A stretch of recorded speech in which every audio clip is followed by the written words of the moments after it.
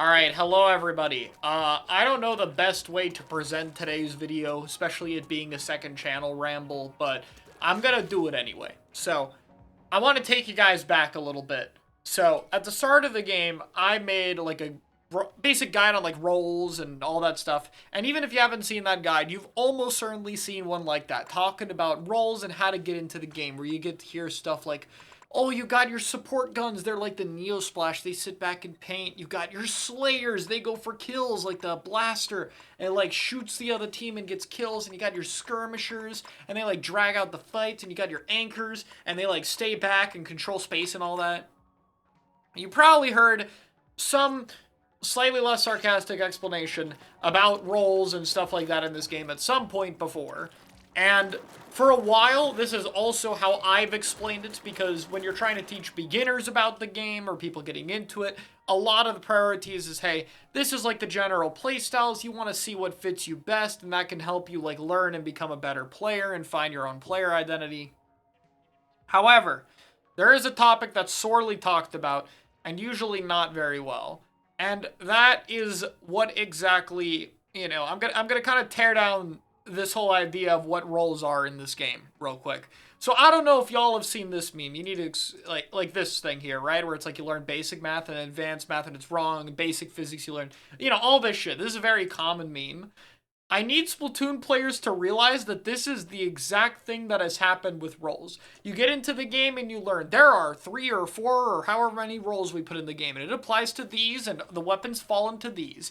And actually, in reality, the way how it works is roles do not fucking exist in this game. Trying to define weapons into roles will always fall apart if you look at it too closely. So let me give like prime example number here that I've seen debated a bunch. Is this thing. This is dualies, right? Let me ask you for a second. What role is dualies, right? Because if you think about it, you can argue for a bunch of roles. Well, look at its kit. It's support. It's 190p. It got a bomb it can throw. It can paint the floor pretty good. It gets a crab tank to help your team get in. This is very clearly a supportive weapon. This falls in the support category. Like, that's what it is. But you could also go, no. Duh, look at this. You got 2 dodge rolls. You got this lightning fast kill time. It clearly is going and fighting. It's supposed to be a Slayer. But then you could go, okay, look at all of this mobility tools. You can, like, squid roll, double dodge roll around. Clearly, this is a Skirmisher. It's supposed to take away attention from the team, and blah, blah, blah. And the truth of the matter is none of these arguments are really especially wrong. Like, Dooley can do all those things. Now, Dooley right now gets picked in the support slot of a normal comp, for instance. But that doesn't mean it's a support. Dooley has been picked in the Slayer for the comp. So instead, the best way I can say to easily visualize, and I'm simplifying a lot here into roles, is to kind of see it as like a sliding scale. So let's, for instance, start with this fucking thing, right? This is Neo Splash-O-Matic. This weapon doesn't like to fight. It doesn't have good combo damage numbers. It has a very supportive paint, and kit. And all it does is fucking paint the damn floor. That's all it does. All it does is paint the floor, get specials, and spam it. I'm oversimplifying, right? But this is like super support filled, super paint focused, super linear. Then you escalate. You go to something like Splash. And it can still paint the floor. Obviously, it's the same gun. But hey, you got this like Burst Bomb combo tool. And you got Crab. And it's like, okay, your kit's a little more combat focused. So like, on the sliding scale, we've gotten a little less supportive and a little more slaying heavy. Then you get to Dooley. And now you have it even more in one way. And the list goes on, right? The idea is that weapons generally will have a little bit of a range of how supportive they are, or how aggressive they are, or how good mobility or stalling they have to draw out fights. But weapons don't really fall into each specific category. Like, for example, let's talk about like Moonlight's latest comp, right? Moonlight's latest comp has like a mint decavitator, mostly Slayer with a little bit of paint, Splattershot Pro, probably slightly more in the support category, but a good bit of fighting, and Tenebrella, which has like a little bit of stalling power, a bit of an ability to put paint on the floor, but mostly slaying power. There's no dedicated support here in this comp, but the comp doesn't lack support. It obviously still has it, even if it doesn't have any traditional support. It's just more spread out. Same for its slaying power. It doesn't really have 2 weapons that are fully dedicated to killing, but it still clearly has slaying power with all of them put together. building comps like that works if you look at it as this kind of sliding scale instead of this weapon is the support gun and only the support gun, etc.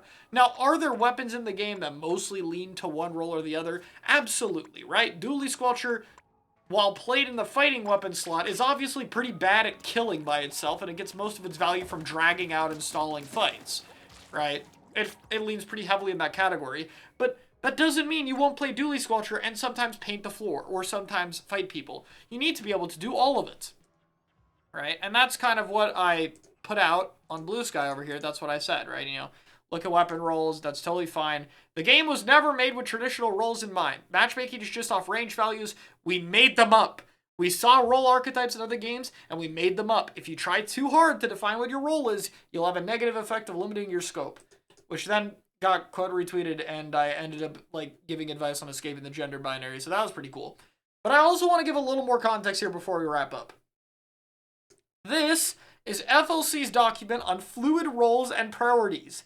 If you remember terms like skirmisher and slayer and all that, they pretty much originated from this very document. This is the document where people got all these roles and subsequently down the line have complained about things like skirmisher. And in this very role, which is literally called fluid priorities and roles, over here in bold text with red bold text on top of it says, static roles have no place in the game, and I do not use them. The following roles are simply a way to make priorities easier to understand for people who are used to learning roles, and so that we have a shorthand for later.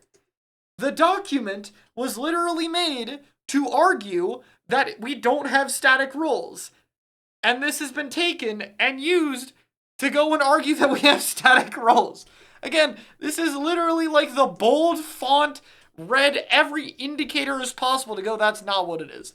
And like to some extent, I take some fault with this myself, because again, like when I did that guide, I defined these as roles. And I always did it with the understanding that like, obviously later down the line, this is more complicated. But I've assumed that when teaching it to beginners, that was a better way to do it. But now I'm a little more unsure.